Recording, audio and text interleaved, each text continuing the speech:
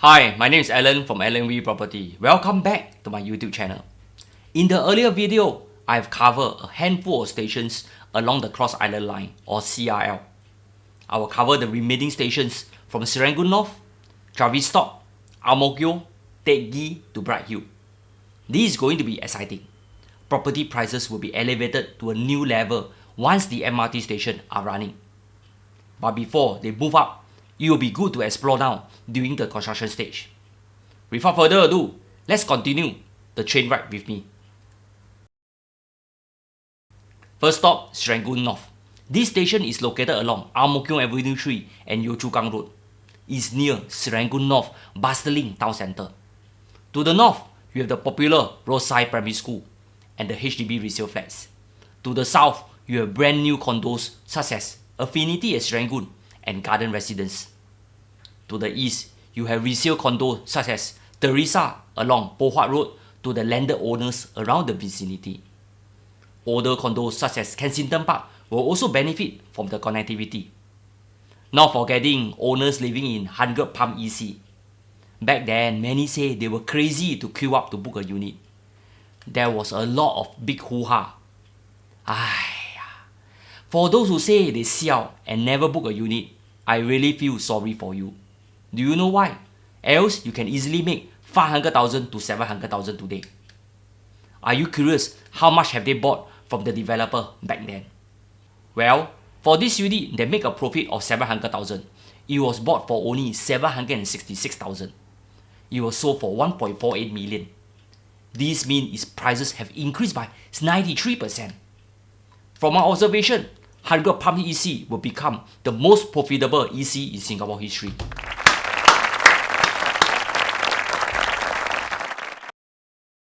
Next stop, Tavistock. This station is located along Mo Kio Avenue 3 towards the CTE. To the north is JTC Flatted Factory.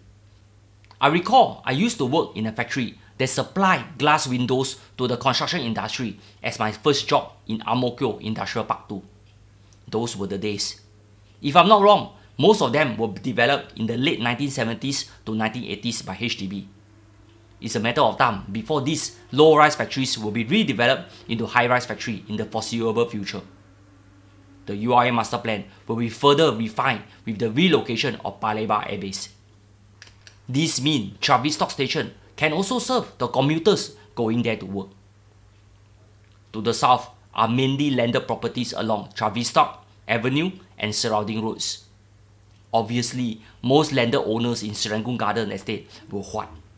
I foresee prices to continue to climb higher. Some of you here will not believe in me one lah. You don't believe me for very long already. Let me share with you the historical price chart from 2013 to 2023. I've used only resale data of inter-terrace of freehold or 999 years leasehold for our study. Back in 2013, the average PSF was only 1388 PSF. Assuming a typical inter-terrace measure 2,000 square feet in that area, this means it will cost $2.8 million. In 2023, the average PSF was already 2052 PSF or $4.1 million today. This means prices have increased 55% in just a decade. Will it continue to climb higher with the MRT just outside your doorstep? As usual, I'm always bullish on landed properties. The next station is Mo Kio. It's located next to the existing Mo Kio station along the north-south line. This station will become an interchange. Who will what? Well, older HDB flats will all what? Plus DBSS owner in the Peak and Mo Kio. And existing resale condos in the Mo Kio town centre.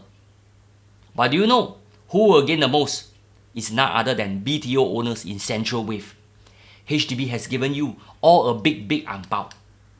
4-room flat selling for $1 million. 5-room flat selling for $1.5 million after MOP. Is that possible? Or they are underquote? Anyway, do you know when HDB price HDB flats, they have more subsidized for the smaller flats compared to the bigger flats? Let me show you an example. Let's use a 99 years old 2-room flexi with the most expensive unit at 232,000. If I divide it by the floor area of 38 square meter, this means its PSF is 563 PSF. On the other hand, If I use the 5-room flat at 877,000 divided by 113 square meter, the PSF is 721 PSF. The difference between the two is a cool 28%. That is why HDB has quietly given low-income Singaporean a leg up while taxing the better off. Some of you here will say, Alan, you are the spokesperson for the government. Well, I cannot satisfy everyone. I leave it to the majority to judge because I was raised in a 3-room flat back in Bedok and bought my first matrimonial flat, which is coincidentally a 3-room resale flat too. Hence, I know what I am talking about. Back to Mo Kio Town Centre. If you look closer, there are some hidden gems here. If you know what I mean, you have to be patient. The time is not right yet. This station is near Teck Ghee Market and next to the ever popular Teck Ghee Vista BTO flats. Seriously, I just wonder, these HDB flats are as good as any private condo.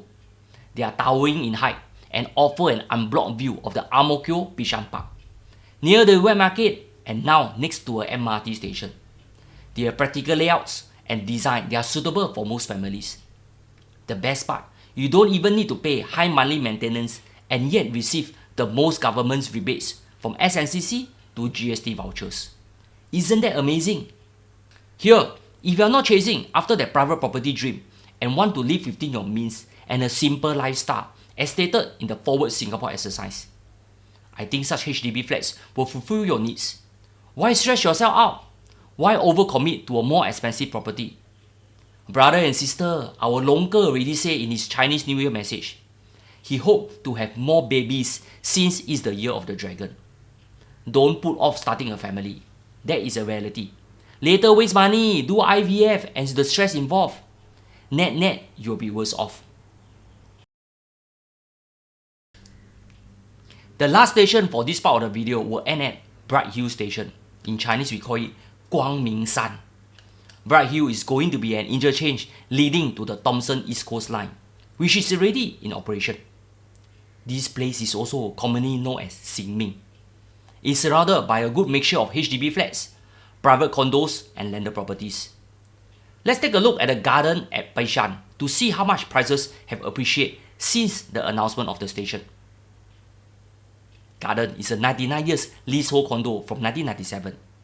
This means it's already 27 years old with a remaining lease of 72 years. It is considered as a mature condo. It has 756 units with a mixture of 1 to 4 bedrooms.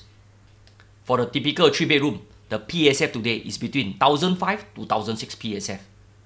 The overall quantum is between 1.8 to 2 million. Are you curious how much prices have gone up? Let us dive a little into the data. If you have bought anything a decade ago before all the hype on the MRT stations, you can get anything for approximate 1,000 per square feet. Cheap, right? Today, prices have increased by 50% to date. If you are still wondering if prices will crash, I think you will be grossly disappointed. The upcoming Bright Hill interchange acts as a buffer to support its prices. Better connectivity translates to more convenient, and this equal to higher demand. After all, prices in the upcoming Chuang Park will not be cheap. Break-even cost is 2229 PSF. How much will the developer need to sell them for? 2,006 per square feet for the slim 15% margin? This means garden prices is 1,000 per square feet less for an older condo. You decide if it is worth buying. That's all. I will continue the remaining station of phase 2 in the next video. This will cover station from Pasir Ris to Punggol. I hope you have benefited from my video. As usual, please help me to like and subscribe button if you have not done so. That's all. Thank you and see you soon.